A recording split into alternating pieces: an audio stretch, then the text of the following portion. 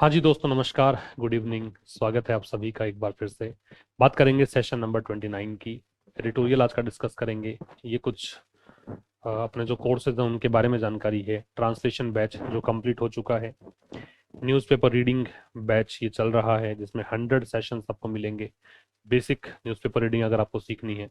LDC का batch चल रहा है जिसमें थर्ड टॉपिक अभी चल रहा है, नरेशन। वॉइस और टेंस हम कंप्लीट कर चुके हैं। साथ साथ में यहाँ पे वन वर्ड चल रहे हैं। कॉम्प्रिहेंशन बैच चल रहा है, ठीक है। और एक अपना आर एस मेंस वाला बैच उपलब्ध है, ठीक है। चलिए स्टार्ट करते हैं आज की क्लास को। फर्स्ट सबसे पहली बात तो पिछले क्लास के जो आंसर्स हैं वो लगा लीजिए। पिछले क्लास में क्वेश्चन नंबर 4 का जो आंसर है वो बी था, और क्वेश्चन नंबर 5 का आंसर है वो सी है, ठीक है। क्वेश्चन नंबर 4 का आंसर बी, फिफ्थ का आंसर है सी, राइट। अब आज की क्लास हम स्टार्ट करें तो पहले तो क्वेश्चंस पढ़ते चलिए, क्योंकि आपको एक उद्देश्य रहेगा कि भी किस लिए हम अखबार पढ़ रहे हैं। The reference to Thor's hammer in the editorial is use to convey. Thor hammer का प्रयोग किया गया है, क्या बताने के लिए यूज किया गया है।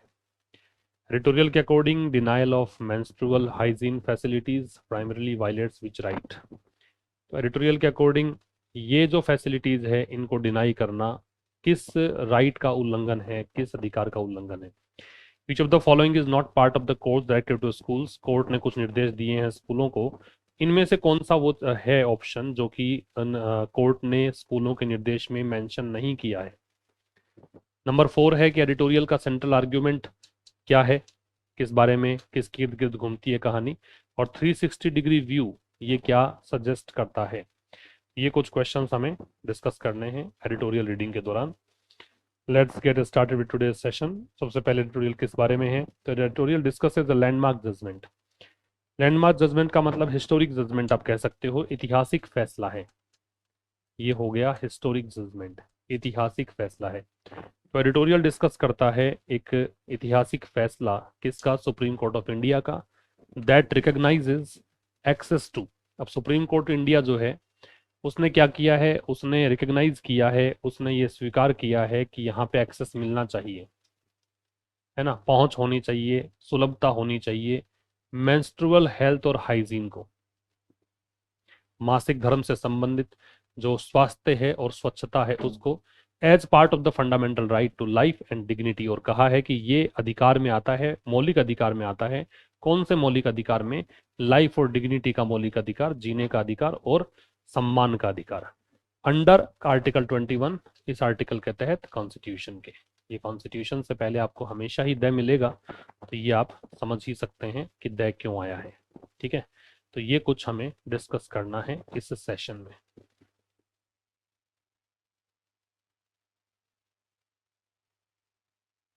ठीक है। अब दिख रहा होगा आपको अच्छे से। चलो अब स्टार्ट करते हैं आज की क्लास को। A full stop, full stop पूर्ण विराम, ठीक है। वैसे अलग अलग करोगे तो ए तो आपका डिटर्मिनर है, फुल है वो आपका एडजेक्टिव है, स्टॉप नाउन है। पूर्ण विराम की बात है, किसको लेकर है, टॉप कोर्ट, सर्वोच्च न्यायालय को लेकर बात है राइट टू मेंस्ट्रुअल हेल्थ, जो अधिकार है कि हाइजीन की स्पेलिंग भी इंपॉर्टेंट है, ध्यान रखना। ये आपके एग्जाम में प्रश्न पूछते हैं कई बार। HYGIENE, HYGIENE, hygiene spelling important है। मेंस्ट्रुअल हेल्थ का मतलब हो गया रिलेटेड टू पीरियड, ठीक है। ये है मासिक धर्म से संबंधित। तो मेंस्ट्रुअल हेल्थ और हाइजीन से संबंधित जो अधिकार है उसको हम डिस्कस करेंगे। आगे दे रखा है मेकिंग एक्सेस टू। अब मैंने मेकिंग को देखो हाईलाइट किया है, येलो कलर में लिया है। जो बच्चे नए हैं उनको बता दूं कि जो भी येलो कलर में आपको दिखता है वो सारे के सारे सब्जेक्ट हैं, और जो आपको ब्लू कलर में नजर आ रहा है वो डिफिकल्ट वर्ड्स हो सकते हैं, ग्रामर के कोई कॉन्सेप्ट हो सकता है जिसको हमें डिस्कस करना है। तो ये सब्जेक्ट है। और जब जब सब्जेक्ट आपको आईएनजी फॉर्म में नजर आए तो इसका नामकरण आप कर दिया करो जेरेंड है। जब जब सब्जेक्ट आईएनजी फॉर्म में दिखता हो इसका मतलब पक्का ही है कि वो क्या है, जेरेंड है। तो मेकिंग एक्सेस, एक्सेस के साथ टू लगता है जब भी ये नाउन होता है। ये भी आप ध्यान रखें कि एक्सेस नाउन हो तो टू लगता है, एक्सेस वर्ब हो तो हम कोई भी प्रेपोजिशन नहीं लगाते हैं। एक्सेस अगर नाउन हो तो टू लगाते हैं, एक्सेस वर्ब हो तो इसमें हम प्रेपोजिशन नहीं लगाते। ठीक है, तो क्या कहना चाह रहा है, making access to menstrual hygiene for girls a fundamental right is a big step. तो ये कह रहा है कि इसको बनाना, एक्सेस का मतलब सुलभता होती है, रीच या अवेलेबिलिटी होती है, कि मेंस्ट्रुअल हाइजीन, महिलाओं के लिए, लड़कियों के लिए मेंस्ट्रुअल हाइजीन को एक्सेस कराना किस रूप में, एक फंडामेंटल राइट के रूप में, कि ये उनका एक मौलिक अधिकार है। तो इसको एक मौलिक अधिकार बनाना, ठीक है, कि हर गर्ल के पास, हर वुमन के पास एक अधिकार है कि वो मेंस्ट्रुअल हाइजीन की अवेलेबल, मतलब उसके लिए अवेल करे उस चीज को। तो ये इस चीज को बनाना जो है क्या है, एक बिग स्टेप है। तो ये इसकी वर्ब है इज, और अ बिग स्टेप, इसमें ए है वो डिटर्मिनर है, बिग है वो एडजेक्टिव है, और स्टेप है वो नाउन है। ये एक बड़ा कदम है। ठीक है, अब यहाँ पे एक काम की बात यह है कि जेरेंड जब जब सब्जेक्ट के रूप में होगा तो इसके साथ वर्ब चाहिएगी, और वर्ब हमेशा ही सिंगुलर लगाएंगे। तो जेरेंड के साथ अगर वर्ब की आवश्यकता पड़े तो कैसी वर्ब आएगी, सिंगुलर वर्ब का प्रयोग करेंगे। राइट, कुछ इस स्लाइड में कुछ वर्ड्स आपको देखने को मिलेंगे। जैसे पहला हाइजीन है, तो इसका मतलब पता है आपको, स्वच्छता है। ये स्पेलिंग के दृष्टिकोण से स्पेलिंग इंपॉर्टेंट है, प्रश्न आ सकता है। पर्सपिकेसस जो है, इसका मतलब बुद्धिमानी या समझदारी को बोलते हैं, समझदारी, समझदारी पूर्ण, या दूरदर्शिता को बोल सकते हैं, समझदारी पूर्ण, समझदारी पूर्ण, या इसको दूरदर्शी कह सकते हो। क्या कह सकते हो, दूरदर्शी। एडजेक्टिव है, क्योंकि आप एंड देख रहे हैं किससे है, ओ यू एस से एंड हो रहा है। एनकैप्सुलेट जो है, इसका मतलब है शामिल करना। इसका प्रोनाउंसिएशन इनकैप्सुलेट भी हो सकता है और एनकैप्सुलेट भी हो सकता है, शामिल करना इसका मतलब है। प्रिसाइजली का मतलब है सटीक तरीके से, सटीक तरीके से। इंटरवेंशन का मतलब है हस्तक्षेप। और थॉट्स हैमर एक प्रश्न आया था, इसका मतलब है पूरे दम लगा के, पूरी एनर्जी से, पूरी ताकत से। पावरफुल दे रखा है तो शक्तिशाली को बोलते हैं, पूरी ताकत से, विद फुल फोर्स। अब इस स्लाइड में क्या कह रखा है वो समझ लीजिए। The perspicacious judgement of the supreme court last week, पिछले सप्ताह सुप्रीम कोर्ट ने एक समझदारी वाला, एक दूरदर्शिता वाला निर्णय लिया। और वो निर्णय ये था कि एनकैप्सुलेट किया the right to menstrual health and hygiene into the fundamental right to life and dignity under article 21 of the constitution. संविधान का एक अनुच्छेद 21, इसके तहत ये वाली कहानी आती है। इसमें इसने शामिल किया इसको भी। ठीक है, right to menstrual health and hygiene, इसको शामिल किया इस अधिकार में। Is precisely the kind of intervention needed. ये अगर आप टू द पॉइंट देखें तो ये काइंड ऑफ इंटरवेंशन, ऐसा हस्तक्षेप है सुप्रीम कोर्ट का जो कि नीडेड था, जरूरी था। With all the power of थॉर्स hammer, पूरी तरह से, पूरी ताकत के साथ। राइट, अब समझिए क्या कहना चाह रहे हैं। द पर्सपिकेसस जजमेंट, इसमें जजमेंट तो आपका नाउन है, पर्सपिकेसस एडजेक्टिव है, जिन वर्ड्स के एंड में ओ यू एस आता है वो एडजेक्टिव्स होते हैं, बताया हुआ है। ये आपका डिटर्मिनर है। ये पूरा देखोगे तो नाउन फ्रेज कहलाता है, क्योंकि इसमें नाउन है। फ्रेज तो इसलिए है कि ग्रुप ऑफ वर्ड्स है, और it contains a noun, that is why it will be called a noun phrase. The perspicacious judgment, एक दूरदर्शिता वाला निर्णय, किसका है, सुप्रीम कोर्ट का। सुप्रीम कोर्ट से पहले दे लगेगा, कब की बात है, लास्ट वीक की, पिछले सप्ताह की बात है। क्या करते हुए, ये प्रेजेंट पार्टिसिपल है, एनकैप्सुलेट करते हुए, इन्वॉल्व करते हुए, एनकम्पास करते हुए, इनकॉर्पोरेट करते हुए, किस चीज को, राइट टू मेंस्ट्रुअल हेल्थ और हाइजीन को, इस अधिकार को शामिल करते हुए, किस में, ये इंटू लग गया इसमें, fundamental right to life and dignity, जो मौलिक अधिकार है जीवन जीने का, सम्मान प्राप्त करने का। किसके तहत, आर्टिकल 21 के तहत। किसका आर्टिकल है, कॉन्स्टिट्यूशन का। कॉन्स्टिट्यूशन से पहले क्या लगेगा, द लगेगा। अब ये जो जजमेंट है, इसकी वर्ब है इज।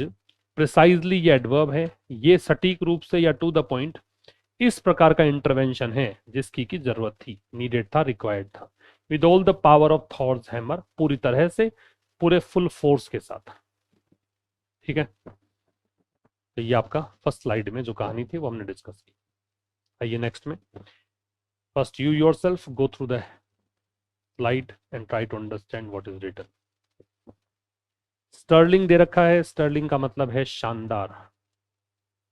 स्टर्लिंग जो वर्ड है ये एडजेक्टिव है, इसका मतलब है शानदार। एक्सीलेंट या आउटस्टैंडिंग। ऑटोनमी जो दे रखा है इसका मतलब स्वायत्ता है, स्वायत्ता, स्वतंत्रता, जिसमें किसी का अधिकार नहीं हो, खुद का ही हो। एडिक्वेट है, ये है पर्याप्त। एडिक्वेट, जो प्रोनाउंसिएशन भी ध्यान से सुनना भाई, एडिक्वेट नहीं होता, ऑटोनॉमी नहीं होता। डिस्पोजल जो है ये निपटारा कह सकते हो या फिर सुरक्षित तरीके से फेंकना कह सकते हो। यहां पे जो इसका मतलब है वो है सुरक्षित तरीके से फेंकना, सुरक्षित तरीके से फेंकना। अब समझिए क्या कह रहा है। A bench of justice J B Pardiwala and R Mahadevan. Justice का प्लूरल जस्टिसेस बना है, न्यायाधीश हैं दो, एक तो ये व्यक्ति है, एक ये व्यक्ति है, इनकी एक बेंच है, ये सब्जेक्ट है।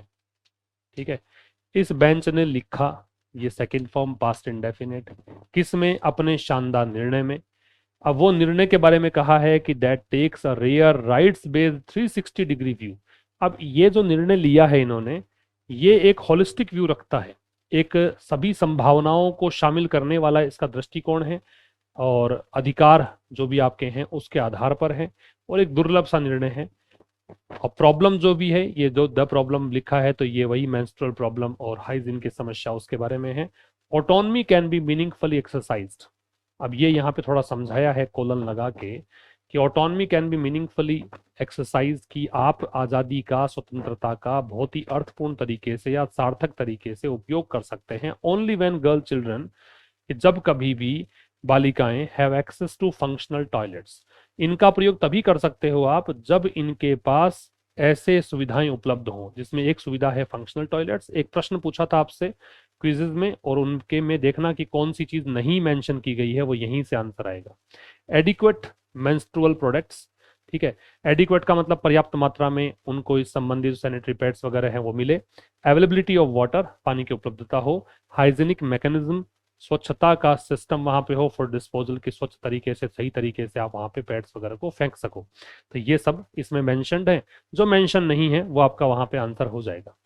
लेट्स सी, यहाँ पे कह रहा है bench of justice J P Pardiwala and R Mahadevan, इन्होंने लिखा, किसमें लिखा, अपने स्टर्लिंग जजमेंट में, राइट। यहाँ पे जजमेंट आपका नाउन है और ये एडजेक्टिव। अच्छा, जजमेंट के स्पेलिंग में JUDG भी कर सकते हो और जी के बाद में ई लगाओ, बोथ आर राइट। दोनों ही स्पेलिंग्स जो है ना वो एक्सेप्टेबल है, चाहे केवल जी लगा के छोड़ दीजिए या जी के बाद ई लगा के छोड़ दीजिए, बोथ आर राइट। जजमेंट, तो यहाँ पे इन दोनों ने लिखा अपने शानदार निर्णय में, ये रिलेटिव प्रोनाउन है। ये निर्णय जो है वो ऐसा व्यू लेता है, कैसा व्यू, कैसा दृष्टिकोण है, रेयर, रेयर एडजेक्टिव है, बहुत ही दुर्लभ। राइट्स बेस्ड, अधिकारों पे आधारित, ये भी एडजेक्टिव है। 360 डिग्री व्यू, इसका मतलब होलिस्टिक व्यू, जिसमें सारे चीजें शामिल हैं, सारे एस्पेक्ट्स आपने कंसीडर किए हैं। ठीक है, प्रॉब्लम के, प्रॉब्लम कौन सी है बता दिया मैंने आपको, तो द लग रहा है क्योंकि we know about the problem. अब ये कॉलन है और इसको लगा के समझाया है आगे कि ऑटोनमी, आजादी या स्वतंत्रता, इसका सार्थक तरीके से उपयोग किया जा सकता है। ये कैन का पैसिव दे रखा है, can be plus third form. Exercised का मतलब है यूज्ड, इसका उपयोग किया जा सकता है। स्वायत्ता का उपयोग किया जा सकता है, मीनिंगफुली एडवर्ब है, सार्थक तरीके से। केवल तभी कर सकते हो जब गर्ल चिल्ड्रन जो है, अच्छा याद रखना भी, गर्ल और बॉय के बाद में साथ में कभी भी कंपाउंड नाउन हो, ऐसी कोई भी कंपाउंड नाउन जिसमें आपको मिले बॉय या गर्ल, इसका बनाना हो प्लूरल तुम्हें, तो तरीका है कि जो इनके अलावा वर्ड दे रखा हो, टर्म दे रखा हो, उसका प्लूरल बनेगा, बॉय और गर्ल का नहीं बनेगा। ठीक है, जैसे मैंने लिखा boy student and you have to pluralise the term, तो आपके पास तरीका है कि आप बॉयज मत लिखना, क्या लिखना, बॉय स्टूडेंट्स। ऐसे ही यहाँ पे गर्ल चाइल्ड है, इसका बनाना है प्लूरल, तो आपको बनाना पड़ेगा, गर्ल अपने स्थान पे सेम रहेगा, चाइल्ड का प्लूरल कन्वर्ट कर दोगे, चिल्ड्रन बन जाएगा।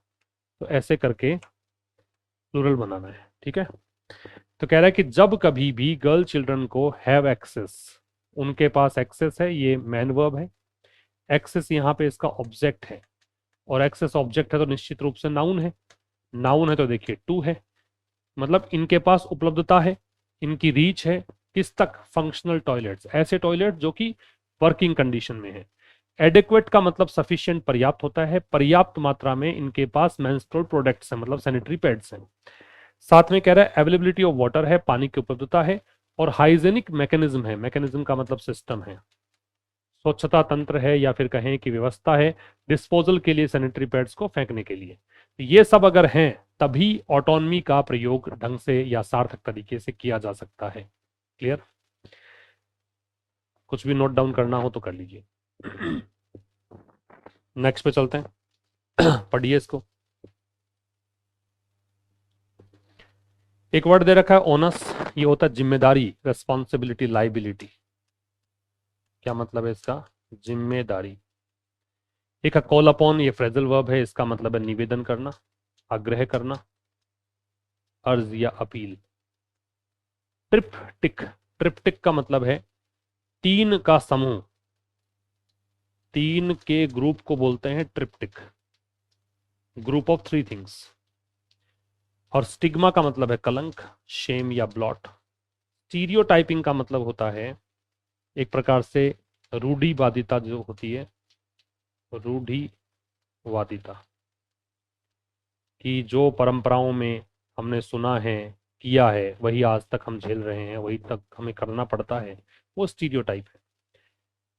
तो कह रहा है शिफ्टिंग द ओनस, जिम्मेदारी को शिफ्ट करते हुए, द जजेस, ये दो जजेस जो थे, इन्होंने कॉल अपॉन द स्टेट, राज्य से निवेदन किया, to make menstrual health accessible to all girls, कि वो मेंस्ट्रुअल हेल्थ को सुलभ बनाएं सभी लड़कियों के लिए, एंड रिमूव द ट्रिप्टिक, और जो तीन चीजें हैं उसको हटाएं। कौन कौन तीन चीजें? एक है कलंक, एक है स्टीरियोटाइपिंग, रूढ़िवादिता, और एक ह्यूमिलिएशन मतलब अपमान, that girls who do not have access to these facilities, कि जिन लड़कियों के पास ये सुविधाएं उपलब्ध नहीं है, उन सभी को नियमित रूप से इन सबको झेलना पड़ता है, ठीक है, वो इनके अधीन आती हैं। द जजेस नोटेड दैट, जजेस ने ये भी उल्लेख किया, that this violets the bodily autonomy, कि ये शरीर संबंधी जो स्वायत्ता है उसको भी ये इन्फ्रिंज करता है, ब्रीच करता है, उल्लंघन करता है। किसका? मेंस्ट्रुएटिंग गर्ल चिल्ड्रन, वो बालिकाएं जो कि इस दौर से गुजर रही हैं, ठीक है। अब देखिए शिफ्टिंग द ओनस, शिफ्टिंग यहाँ प्रेजेंट पार्टिसिपल है, ओनस जिम्मेदारी है, तो जिम्मेदारी को शिफ्ट करते हुए, जिम्मेदारी को दूसरे को देते हुए, ऐसा मान लीजिए।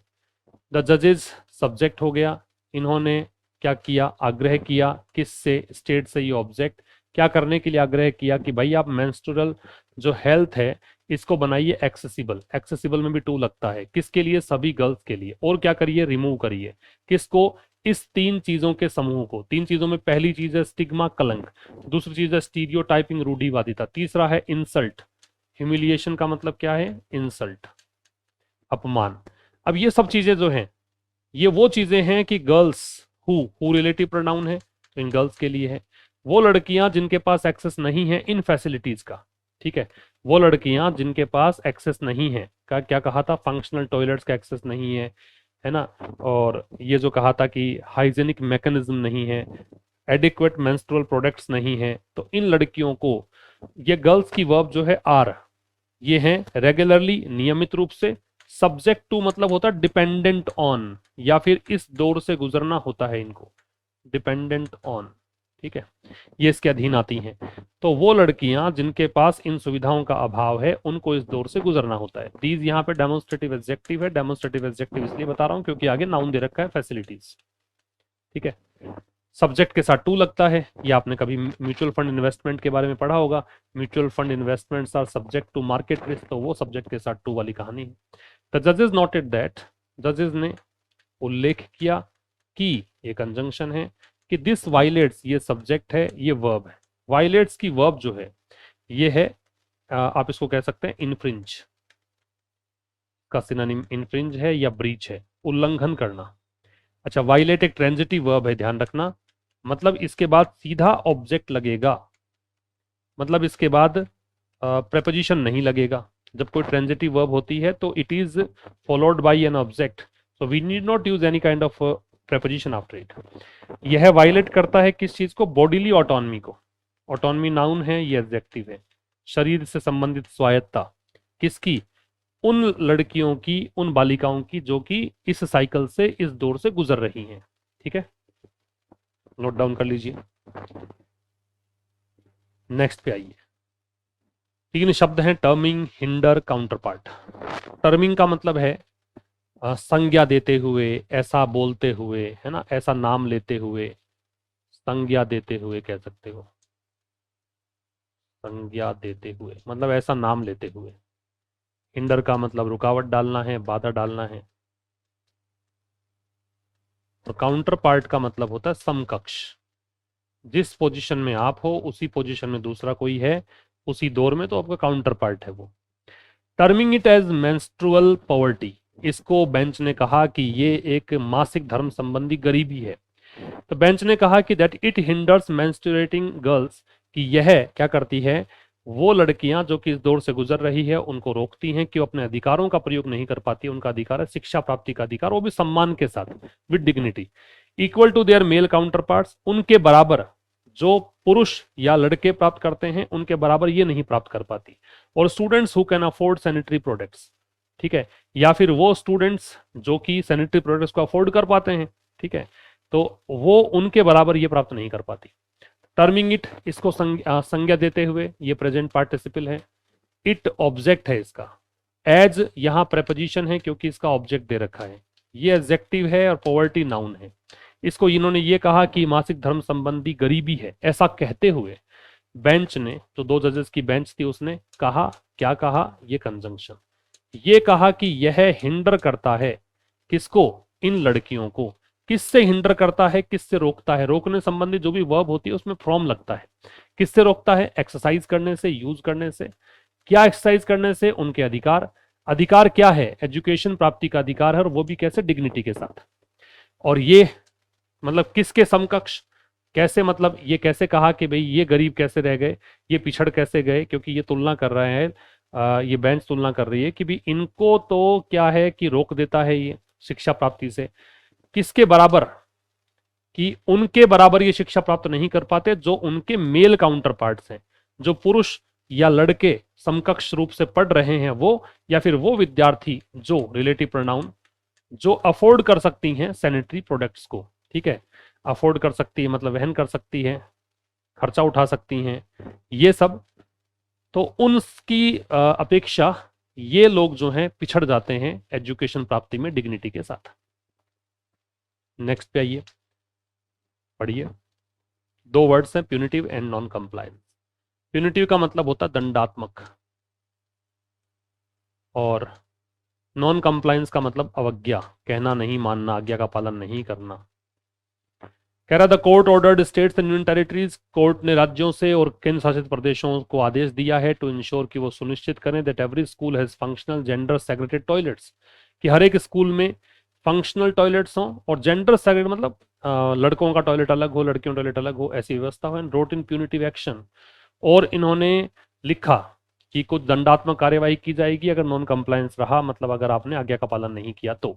The state will be held accountable, राज्य को जिम्मेदार ठहराया जाएगा if government and school did not comply, यदि सरकारी विद्यालयों ने इसका पालन नहीं किया। Private school can be derecognised, और निजी विद्यालय जो हैं उनकी मान्यता रद्द की जा सकती है।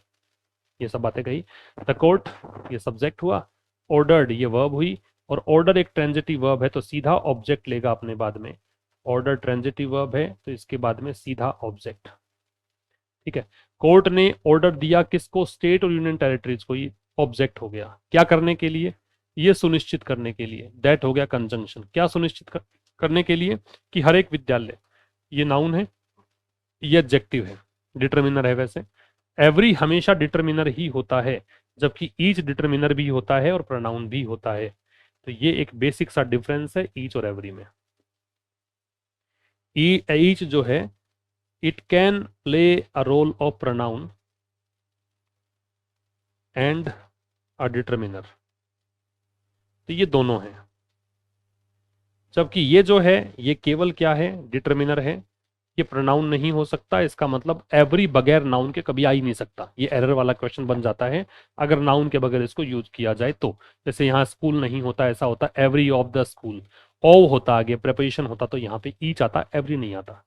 तो कोर्ट ने आदेश दिया, सीधा ऑब्जेक्ट लग गया ऑर्डर के बाद में, स्टेट्स और यूनियन टेरिटरीज को कि वो सुनिश्चित करें कि हर एक विद्यालय में फंक्शनल जेंडर सेग्रीगेटेड, सेग्रीगेटेड मतलब सेपरेटेड, अलग अलग, टॉयलेट्स हो, और लिखा किसमें, प्यूनिटी के एक्शन में, दंडात्मक कार्यवाही में, किस लिए, नॉन कंप्लायंस। अगर नॉन कंप्लायंस रहा तो दंडात्मक कार्रवाई की जाएगी। The state subject will be held, verb passive voice है, होल्ड की थर्ड फॉर्म है हेल्ड, होल्ड, हेल्ड, हेल्ड। तो कह रहा है स्टेट को जिम्मेदार ठहराया जाएगा, अकाउंटेबल मतलब रिस्पॉन्सिबल, जिम्मेदार। कब, if government run school did not comply. अब ये थोड़ा सा गलत है ग्रामर से, क्योंकि यहां पे did not comply second form दे रखी है इफ के बाद में, तो यहां आना चाहिए था वुड। अगर इफ के साथ सेकेंड फॉर्म है तो फिर दूसरा जो क्लोज बचता है उसमें आना चाहिए मैन क्लोज में वुड। ये सेकंड कंडीशनल सेंटेंस है, हाइपोथेटिकल कंडीशन है। यदि स्टेट मतलब स्टेट को जिम्मेदार ठहराया जाएगा यदि सरकारी विद्यालयों ने इसका पालन नहीं किया। कंप्लाई का मतलब है ओबे करना। एंड प्राइवेट स्कूल्स जो हैं उसकी मान्यता रद्द की जा सकती है। डिरिकग्नाइज मतलब रिकग्निशन उसका समाप्त कर सकते हैं, हटा सकते हैं, मान्यता रद्द की जा सकती है। ये सब्जेक्ट है, ये वर्ब है, पैसिव वॉइस दे रखा है कैन का। ठीक है भाई, तो ये एडिटोरियल अपना कंप्लीट हुआ। अब आप मैच द कॉलम एक्सरसाइज जो अपनी है उसको करिए। पर्सपिकेशस क्या पढ़ा था हमने, इंसाइटफुल, हैविंग शार्प अंडरस्टैंडिंग, तो क्या आ जाएगा बी। ओनर्स का मतलब क्या पढ़ा था, जिम्मेदारी, तो रिस्पॉन्सिबिलिटी और बर्डन ई। स्टिग्मा का मतलब कलंक है, कलंक के लिए सोशल डिसग्रेस और शेम डी। ऑटोनमी जो है इसका मतलब है सेल्फ गवर्नेंस और इंडिपेंडेंस सी। और प्यूनिटिव का मतलब क्या है, प्यूनिटिव का मतलब रिलेटिंग टू पनिशमेंट, दंडात्मक, दंड से संबंधित। ठीक है, बात रही क्वेश्चंस की।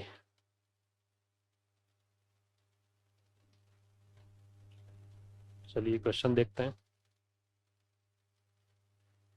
पहला क्वेश्चन था थोर्स हैमर का मतलब क्या है। थोर हैमर का मतलब है स्ट्रॉन्ग एंड डिसाइसिव इंटरवेंशन, बहुत ही मजबूती से और निर्णायक हस्तक्षेप। एडिटोरियल के अनुसार डिनाइल ऑफ मेंस्ट्रुअल हाइजीन जो है facility primarily violets which right, life and dignity वाला। कौन सा पार्ट नहीं है, तो ये कहा था फंक्शनल जेंडर सेग्रेगेटेड टॉयलेट्स होने चाहिए, ये भी कहा था, ये भी कहा था, ये नहीं कहा था, यूनिफॉर्म वाली चर्चा नहीं की थी, तो डी आपका आंसर आएगा। और बाकी इन दो क्वेश्चंस के आंसर आप लोग को तो करने हैं। एडिटोरियल का सेंट्रल आर्ग्यूमेंट क्या हो सकता है और 360 डिग्री व्यू का मतलब क्या है। ठीक है भाई, ये था अपना सेशन नंबर 29। कल मुलाकात होगी ठीक शाम 5 बजे सेशन नंबर 30 के थ्रू। तब तक के लिए नमस्कार, थैंक यू वेरी मच।